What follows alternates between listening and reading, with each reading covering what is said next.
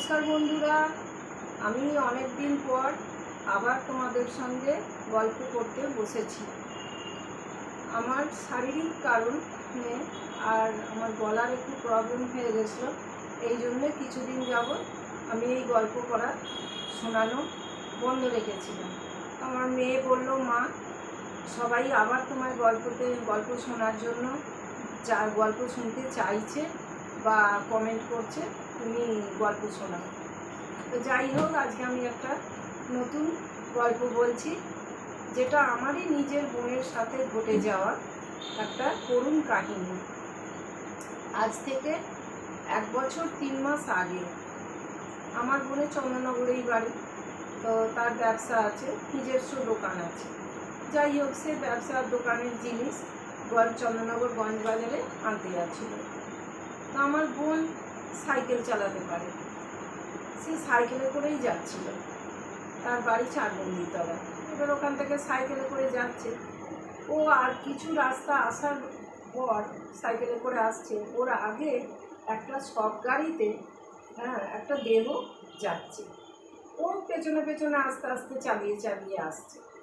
তো ওটা চন্দননগরে যে থানা আছে, তো ওই থানার কাছে এসে দাঁড়ায়।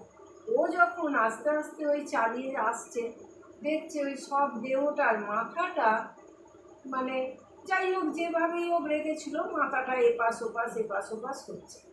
ও ওইটা দেখতে দেখতে আসছে যে মানুষ মরে গেলে তারপর তার আর কোনো অস্তিত্বই থাকে না। ওর যে মাথাটা নড়ছে সেটা ওর কোনো সার নেই। এইগুলো মাথায় একটু চিন্তা করছিল আমাকে করতে করতে আসছে। যখন থানার কাছাকাছি এসে গেছে, তখন এবার গাড়িটাও দাঁড়াচ্ছে। ও পাশ দিয়ে আসছে, পাশ দিয়ে আস্তে আস্তে তখন ওই দেহটার দিকে তাকিয়ে ও নিজেই বলছে, মনে মনে বলেছে যে মানুষের কোনো নিঃশ্বাসকে বিশ্বাস নেই। আজ উনি এইরকম হয়ে রাস্তায় এরকম মাথাটাও এরকম করতে আসছে, পেছনেও 2-1 জন মাত্র মানুষ, কেউ নেই। ও জানতেই পারছে না কি হয়েছে। এইরকম যদি আমিও রাস্তায় বেরিয়েছি, এই সময় যদি এইরকম রাস্তায় বেরিয়ে যদি আমার কোনো কিছু হয়েছে, আমিও তো এরকম মরে যেতে পারি, বলে এরকম ও চিন্তা করেছে। পরেও পাশ দিয়ে বেরিয়ে গেছে। অবান্তর জিনিস, ও যখন ওখান থেকে বেরিয়ে গেল, বোধহয় মিনিট 4 রাস্তাটা ও সাইকেল চালিয়ে গেছে। যাওয়ার পরেই ওর সাইকেলের পাংচার হয়ে যায়। পাংচার যেই হয়ে গেছে, ও তখন দেখছে আর তো সাইকেল চালিয়ে যাওয়া যাবে না, সাইকেলটা হেঁটেই নিয়ে যাচ্ছে। কাছাকাছি দোকান দেখছে, দোকান দেখতে পাচ্ছে না।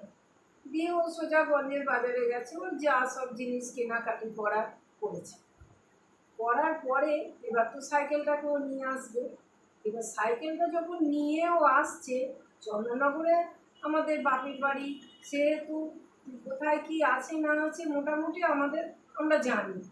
ও সেই তখন জানে যেসব জায়গায় সাইকেলের সারানোর দোকান আছে। তো সেই সব জায়গাগুলোয় আসছে, দেখছে সব দোকানই বন্ধ। এবার আস্তে আস্তে যখন কুর্তি বাজারের কাছে এসে গেছে, তখন ওইখানে একটা সাইকেলের সারানোর দোকান আছে জানে, কিন্তু সে এমনই ঘুরপাক করে লেগে গেছে যে যেখানেই যাচ্ছে দেখছে সব সাইকেলের দোকানগুলোও বন্ধ, যদি বা খোলা আছে সে বলছে এখন সারানো যাবে না। ওরকম করতে করতে আসছে। এইবার আস্তে আস্তে ওর প্রচণ্ড শরীর খারাপ করছে যে আমি এইসব নিয়ে আমি হেঁটে এখান থেকে কী করে যাব। আর তখন দেখছে যে রাস্তা দিয়ে যাচ্ছে, ও তখনও ভাবছে যে মনে হচ্ছে ওর পাশাপাশি ওই সব দেহটা ওর ঘুরছে, যেন ওইটা যেদিকেই ও তাকাচ্ছে যে ওই সব দেহটাকে দেখতে পাচ্ছে। ওরকম দেখতে দেখতে অটোমেটিক ওর দূর রয়েছে ওর মাথাটা ঘুরতে আরম্ভ করেছে, শরীরটাও খারাপ লাগছে। দিয়ে তখন ও সাইকেলটাকে নিয়ে একটা দোকানে গেছে, সেখানে বলেছে হাওয়া দিয়ে দিয়েছে। সাইকেলটায় যেই হাওয়া দিয়ে দেয়, তখন ও চেপে আসছে যে বাড়িটা কোনো রকমে ও যেতে পারলে বাঁচে। যখন ও সাইকেলটায় চেপেছে, যেই এসেছে আমাদের চন্দননগরে রানীরঘাট আছে স্ট্যান্ড, যেটা ওই রানীরঘাটের ওখানে এসেছে, তখন আবার সাইকেলটার হাওয়াটা কমে গেছে। এইবার ওর এমন হচ্ছে জোয়ার শরীরটা রাখতে পারছে না। আচ্ছা, আমার মনে হচ্ছে যেন আমি রাস্তায় একদম উল্টে পড়ে যাব, আমি চোখে কিছু দেখতে পাচ্ছি না, খালি ওই দেহটার মুখটাই ও দেখতে পাচ্ছে। তারপরে ও রানীঘাটের ওইখানে একটা সাইকেল সারানোর দোকান ছিল, ও সাইকেলটা নিয়ে ওইখানে যায়। তো যে সাইকেল সারায় যে ভদ্রলোক, তিনি সামনের দোকানটার মধ্যে ছিলেন না। উনি সাইকেলটা নিয়ে গিয়ে ঠেকিয়ে রেখে ব্যাগটা নিয়ে একটা বেঞ্চ পাতা ছিল, বেঞ্চের উপর শুয়ে পড়ে। মানে ওরা কোনো জ্ঞান নেই। তারপরে তখন লোকটা দৌড়ে এসে বলছে, দিদি দিদি উঠুন, কী হলো, আপনার শরীর খারাপ লাগছে? ও তো কিছু বলতেই পারছে না। তারপরে লোকটা জল বোতল এনেছে, এনে চোখে মুখে জল দিয়েছে, দিয়ে তারপরে ওর একটু সেন্স এলো যখন, তখন ওকে জল খেতে দিয়েছে। দিয়ে তখন বলছে যে যখন ওই লোকটা সামনে এসে ওকে ডাকছে, ও যখন উঠে একটু বসেছে, যখন ওর একটু এসেছে চেতনাটা, তখন দেখছে যে ওই লোকটা দাঁড়িয়ে নেই, ওই দেহটা ওর সামনে দাঁড়িয়ে আছে। ও দেখেই ওর আবার ওরকম হচ্ছে। তখন ওই লোকটা ওর গায়ে হাত দিয়ে বলছে, দিদি কী হলো আপনার, আপনার কী কষ্ট হচ্ছে?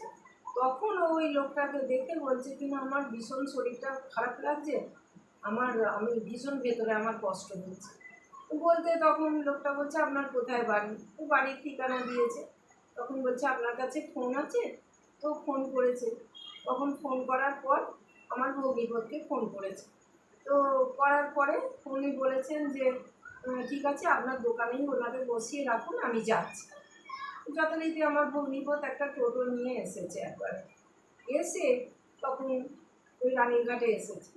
এসে তারপর বোনকে একটু খাওয়া দিয়েছে, দেওয়ার পরে পাখা চালিয়ে দিয়েছে, দেওয়ার পরে একটু ইয়ে মতন হয়েছে। হওয়ার পরে ওকে নিয়ে গেছে। আমার ভগ্নিপত সাইকেলটা নিয়ে গেছে, ও টোটো করে ওইসব জিনিসপত্র নিয়ে একবারে বাড়িতে চলে গেছে। এবার বাড়িতে গেছে, ও সারা রাস্তা যখন ওই থানার সামনে দিয়েই আসছে, ও তখন দেখছে যে ওই রাস্তাটা দিয়ে যখন আসছে, মানে সোজা রাস্তাটা মনে হচ্ছে যেন ওর আগে আগে ওই দেহটা যাচ্ছে, ওর আগে আগে ওই দেহটা যাচ্ছে। হ্যাঁ, ও কাউকে কিছু বলতে পারছে না, কিন্তু ওরকম হচ্ছে।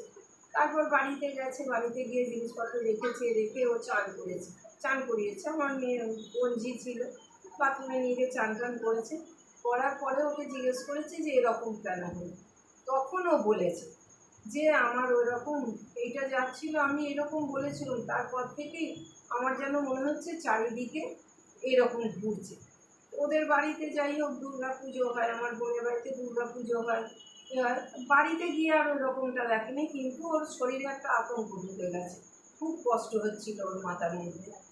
তারপরে আমার ভগ্নিপতি বা বোনের শাশুড়ি ওরা এসে একটু গায়ত্রী মন্ত্র জপ করে তারপরে একটু ঠাকুরের চরণামৃত খাইয়ে দিয়ে তারপরে ঘুমিয়ে যায়, খেতেও পারিনি। তারপরে সেই বিকেলবেলা যখন উঠেছে, তখন বললো একটু শরীরটা সুস্থ লাগছে, ওরকম হয়েছিল। তো আমার বোনের শাশুড়ি বলেছিল, কোনো সময় এরকম, সে তো কীভাবে মৃত্যু তার হয়েছে তার কোনো ঠিক ছিল না, তো তুমি ওরকম করেছো কেন? আর তো ওরকম কোনো সময় বলবে না, যার জন্যেই তোমার উপরে এই এফেক্টটা হয়েছে। গেল, মোটামুটি সুস্থ হয়ে গেল। এইবার তার ঠিক 3 মাস পরে আমার ভগ্নিপতি, ওদের ওই তো বললাম ব্যবসা, ও তো সকালবেলা দোকান যায়, চান করেছে। উনি খুব শিবের পুজো করত, চান করে শিবের পুজো করে শিব ঠাকুরকে পুজো দিয়ে চাটা খেয়ে দোকানে গেছে। দোকানে যাবার সেই দিন, তার আগের দিনকেই রাত্রির বেলা ওই বোনকে ওই কথাটা বলেছিল যে বাবা তুমি যা সেবারে করলে, হ্যাঁ দেখে তো আমাদের ভয়ই লেগে গেছিলো বললো। আর ঠিক তার পরের দিনকেই সকালবেলা উঠে যখন সে দোকানে যাচ্ছে, শরীর তার একদম কোনো অসুস্থই ছিল না, চাটা খেয়েছে, পুজো করেছে, করে যখন দোকানে যাচ্ছে তখন দেখছে তার একদিক থেকে হাতে একটা জলের বোতল ছিল, জলের বোতলটা বারবার পড়ে যাচ্ছে। তো পড়ে যাওয়ার পরে তখন ওরা বলেছে যে তোমার বোতলটা পড়ে যাচ্ছে, বলছে কী জানি কী হচ্ছে বলো তো, পড়ে যাচ্ছে। যাওয়ার আগেই ওনার মাথার যন্ত্রণা হচ্ছিল। তারপরে একটা মাথা যন্ত্রণার ওষুধ খেয়ে দোকানে গেছে। দোকানে গিয়ে দোকান খুলেছে, পুজো দিয়েছে। দোকানে দেওয়ার পরই ওনার সেরিব্রাল অ্যাটাক করে দিয়ে 3 দিন বাদেই ওনাকে এনআরএসে রাখা হয়েছিল। রাখার পরে 3 দিন পরেই মারা যায়। তো জানি না আমরা এইসবের কোনো এফেক্ট আছে কি না, কিন্তু আমার বোন বলে যে ঠিক যেই ওরকম হলো তার 3 মাস পরেই কিন্তু আমি হয়তো ঘুরে এলাম, কিন্তু আমার ঘরের লোক চলে গেল। আমরা এগুলো বুঝতে পারি না কোথা থেকে কি হয়, কিন্তু আদৌ এসব হয় কি না তাও জানি না। কিন্তু রিসেন্ট ওনারও 3 মাস আগে আমার বোন ওরকম ভয় পেল, আর 3 মাস পরেই আমার বোনের হাজব্যান্ড মারা গেল। দুঃখের বিষয় এইটাই যে, যাই হোক, এই গল্পটা শোনার পরে তোমাদের যদি ভালো লাগে তাহলে একটা কমেন্ট করো, এবং যারা সাবস্ক্রাইব করোনি এখনো করে দিও। এরপর এর চেয়েও দুঃখের আমার সঙ্গে ঘটে যাওয়া এর চেয়েও দুঃখের কাহিনী, বা এর চেয়েও ভালো আরও অনেক ভয়ের বা অনেক কিছু ঘটে যাওয়া সত্য ঘটনা আমি বলবো। আজকে এখানে এটাই শেষ করলাম।